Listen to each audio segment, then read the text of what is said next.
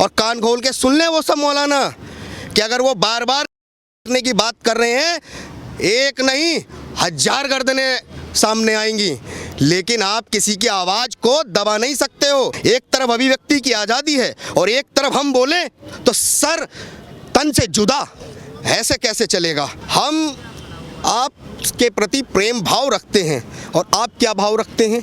आप हमें भाई बोल के चारा बना के, सभी की धार्मिक भावनाओं को आहत ना पहुंचे इसका ठेका हिंदुओं ने ले रखा है। इनकी दाल रोटी जब तक हमारे धर्म और आस्था को अपमानित नहीं कर लेते हैं, इनकी रोटी नहीं चलती है। मर्यादा पुरुषोत्तम श्री रामचंद्र जी का जीवन हम रामायण के थ्रू दुनिया को दिखा सकते हैं, तो आप भी दिखा दो ना। डर लगता है क्या? या जिसे तुम दिखाना नहीं चाह रहे हो उसको दुनिया के सामने लाने से डरते हो क्या? क्या ऐसी वजह है दुनिया के सामने जो आप नहीं ला पा रहे हो? नमस्कार दोस्तों, हम बात करते हैं नूपुर शर्मा की। जिस तरह से नूपुर शर्मा को इस निंदा पे जो है पूरे देश में जो है बवंडर मचा हुआ है, पूरा देश जो है तांडवग्रस्त हो चुका है। और उसमें सबसे बड़ी बात आ रही है, चाहे वो न्यायालय हो, चाहे राजनीतिज्ञ हों, और चाहे कोई भी जो है धर्म के जो है ठेकेदार हों, उनका सबका ये कहना है कि जो नूपुर शर्मा ने जो इस निंदा की है उसकी जो है बहुत भर्त्सना होनी चाहिए, उसको सज़ा मिलनी चाहिए, उसको जेल होना चाहिए, उसको फांसी होनी चाहिए। यही जो है धर्मांध लोग भी जो है उनको गला काट देने की बात कर रहे हैं। लेकिन दूसरी तरफ देखा जाए तो एक फ़िल्म आ रही है जिस फिल्म का निर्माता निर्देशक हैं लीना मेघमलाई। उसने एक फ़िल्म बनाई है और उसमें ये काली देवी का नाम से एक फ़िल्म बनाई और उसमें जो है काली देवी को जो है सिगरेट पीते हुए दिखाया। तो हम ये देखना चाहते हैं कि जो दूसरे के धर्मों की जो भावनाएं भड़काने वाली जो फिल्में बन रही हैं और जो ईश निंदा की जहाँ तक बात हो रही है, क्या इस पर भी एक्शन होगा और इस तरह की फ़िल्मों को क्यों फिल्मांकन किया जाता है, इस सिलसिले में हम बात करने के लिए अभी यहाँ पर आए हैं। हमारे से कुछ यूथ खड़े हैं और उनसे पूछते हैं कि इसमें उनका क्या कहना है। सर, आपका क्या शुभ नाम है? मेरा अमित सिंह राठौर नाम है। मैं हिंदू राष्ट्र नवनिर्माण सेना से सेना प्रमुख हूँ। मैं इस पर सिर्फ एक ही बात कहना चाहूँगा, क्या सभी की धार्मिक भावनाओं को आहत ना पहुँचे इसका ठेका हिंदुओं ने ले रखा है। मैं सवाल करना चाहता हूँ अपनी सरकार से, क्यों नहीं इन पे कानून बनाया जा रहा है? क्या सभी की भावनाओं का ठेका हिंदू समाज के ऊपर ही है? ये भांड मीडिया वाले, इनकी दाल रोटी जब तक हमारे धर्म और आस्था को अपमानित नहीं कर लेते हैं, इनकी रोटी नहीं चलती है। ये सब अब जो है ना हिंदू समाज बर्दाश्त नहीं करेगा। इसका जवाब और प्रचंड मिलेगा। और जहां भी ये फिल्म रिलीज़ होगी इसका ऐलान हम कर रहे हैं, इस फिल्म को हम चलने नहीं देंगे। पहली बात तो बिल्कुल भी हम अपने देवी देवताओं का अपमान बिल्कुल भी नहीं बर्दाश्त करेंगे। तो जिस तरह से जो है पहले भी ये पहले वाक़या नहीं हो रहा है, इससे भी पहले जैसे पीके फिल्म आई थी, अस्सी घाट आया था, ब्रह्मास्त्र आया था, उसमें तमाम जो ये फिल्में नहीं है, कई बार जो है जो देवी देवताओं का उपहास उड़ाया गया। लेकिन इसमें इस तरह का जो है बवाल कभी नहीं उठा। और जो डिबेट चल रही थी उसमें एक दूसरे जो तस्लीम रहमानी थे उनका भी जो है बयान उकसाने वाला था, लेकिन उसका कोई नाम नहीं है। लेकिन जो है एक टारगेट बना हुआ है कि नूपुर शर्मा को जो है उसको फांसी होनी चाहिए। तो उस पर क्या कहेंगे? नहीं, देखिए, नूपुर शर्मा को फांसी होनी चाहिए। जो ये लोग बातें कर रहे हैं, कोई सबसे पहले ये तो बताए गलत क्या कहा उन्होंने। अगर कुछ गलत कहा है तो उसको सामने लाया जाए और जो सही है वो लोगों को दिखाया जाए ना।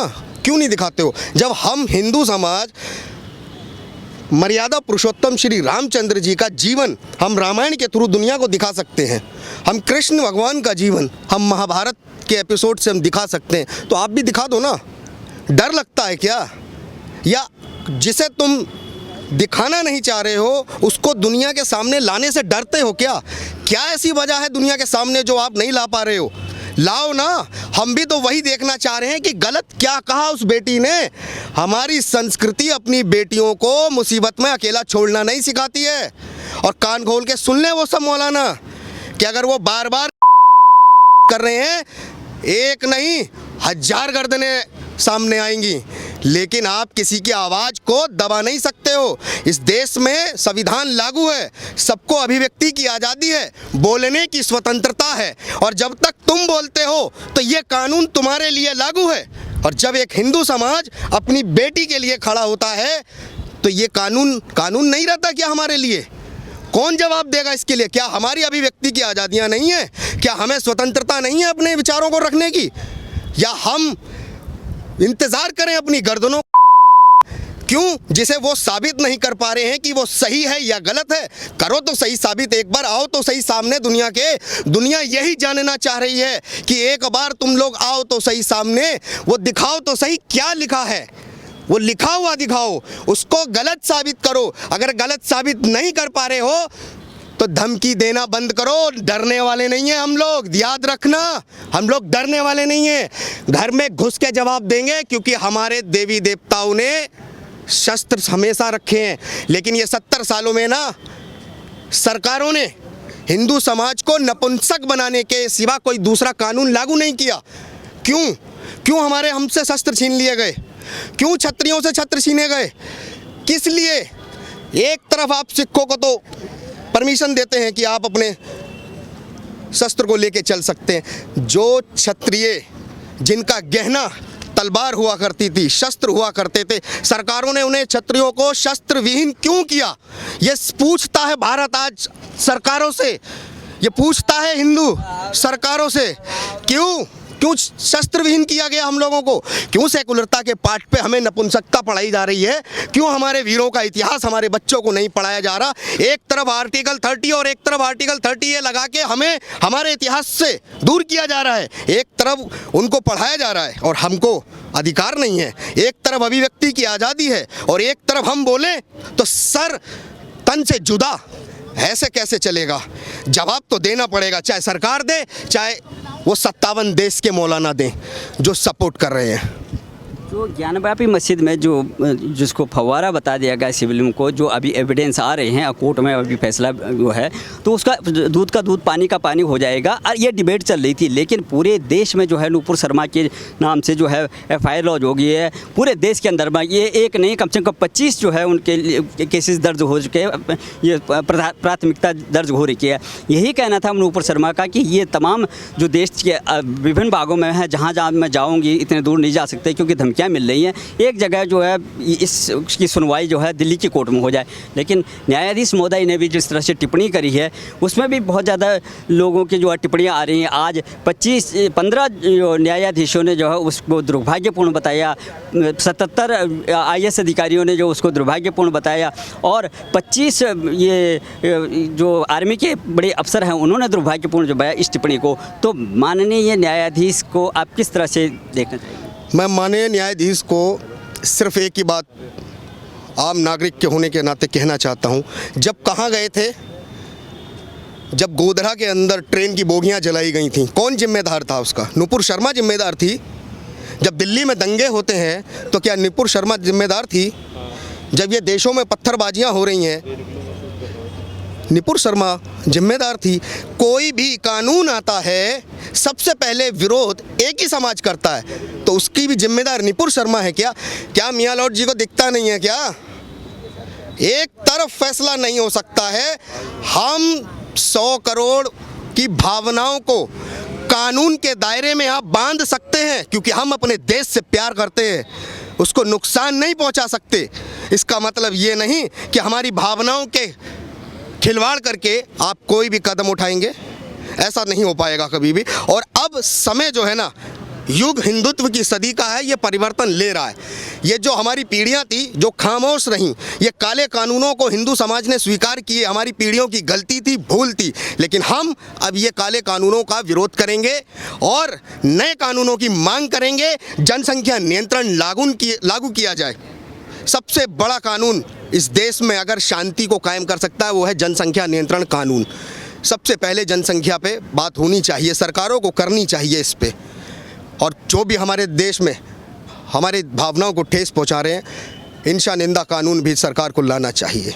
ये कानून वर्तमान के समय के अनुसार ज़रूरत है। 1947 में संविधान निर्माताओं ने जो संविधान को बनाया वो उस दौर के समय की ज़रूरत के अनुसार बनाया था। लेकिन आज हम 2022 में हैं और 2022 की ज़रूरत के अनुसार सरकारों को परिवर्तन करना होगा। हम लोगों के हित में कुछ कानूनों में बदलाव लाने की ज़रूरत है और ये मांग कर रहा है, इस देश का बहुसंख्यक मांग कर रहा है। किसी एक समुदाय को खुश करने के लिए आप कानून को लाते हैं और बहुसंख्यक उसको मान लेता है, तो इसको क्या कहा जाएगा? क्या कहा जाएगा इसको। जिस तरह से इस निंदा पे जो है इतना बड़ा जो है बवाल मचा हुआ है, और जिस तरह से उस टेलर की जो है कन्हैया लाल की हत्या कर दी गई है, और गंडासा दिखा करके सरकार को ये चैलेंज किया जा रहा है कि प्रधानमंत्री मोदी एक दिन ये गंडासा जो है आपको भी जो है आहत करेगा, उसको नुकसान पहुंचाएगा।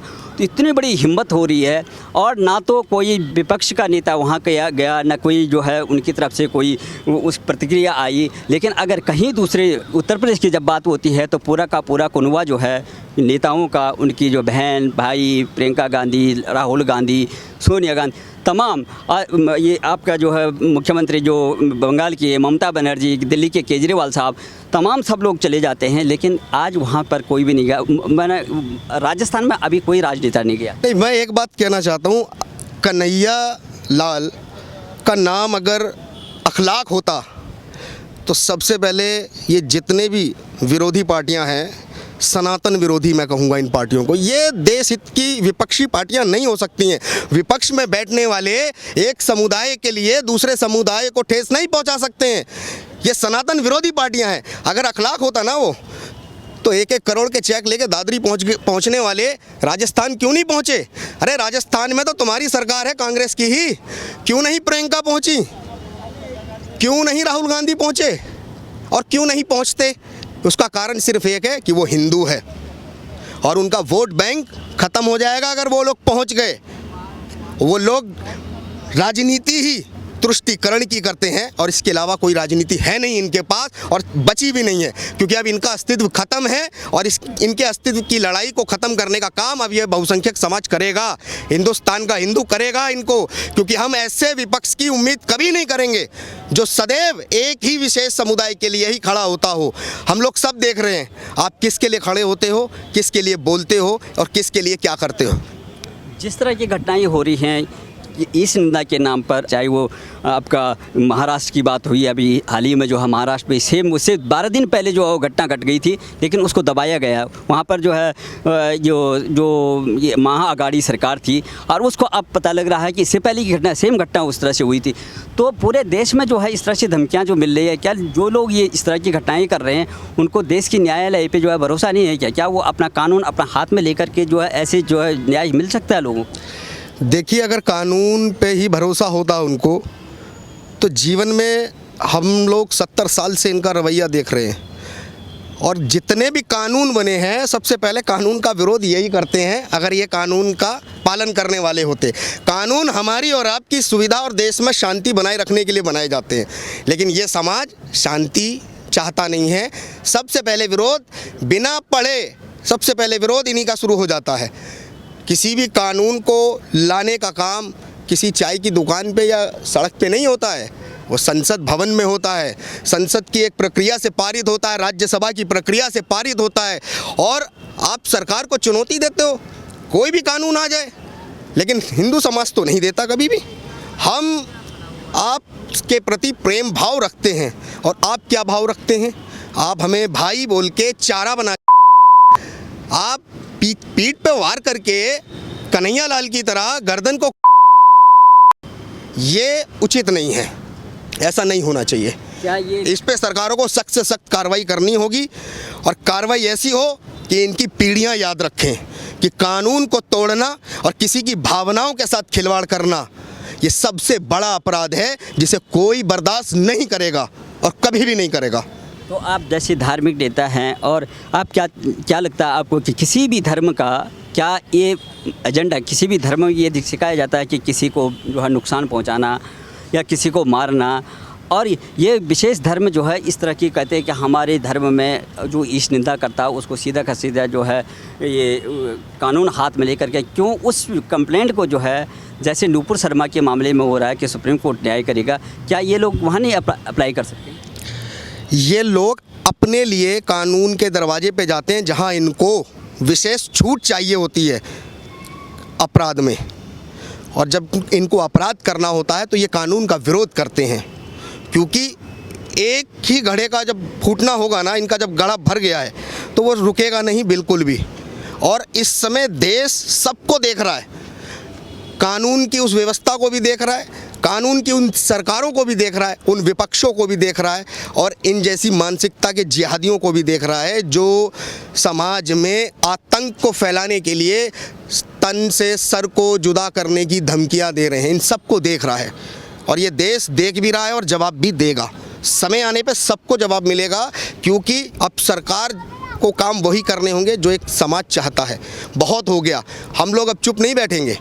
जहाँ भी ज़रूरत होगी हम अपने हिंदुत्व और हिंदू सनातन संस्कृति की रक्षा के लिए लड़ेंगे और खड़े भी होंगे। अगर उसको आघात पहुँचाओगे, कुठाराघात करोगे, तो हम लोग से बर्दाश्त नहीं करेंगे। इस तरह से हत्याएं हो रही हैं कि यहाँ पे मानवाधिकार हैं, तमाम पत्रकार लोग हैं, तमाम जो है लिबरल लोग हैं जो आवाज़ उठाते हैं, बड़ा प्रोटेस्ट होता है, कहीं कहीं बहुत बड़ा जो हो हल्ला हो जाता है, लेकिन कहीं कहीं के लिए जो है ये लोग शांत रहते हैं। उसके क्या मापदंड है, ये दोहरा मापदंड क्यों होता है? देखिए, मानव अधिकारों की अगर आप बात कर रहे हैं तो मुझे हंसी लगती है।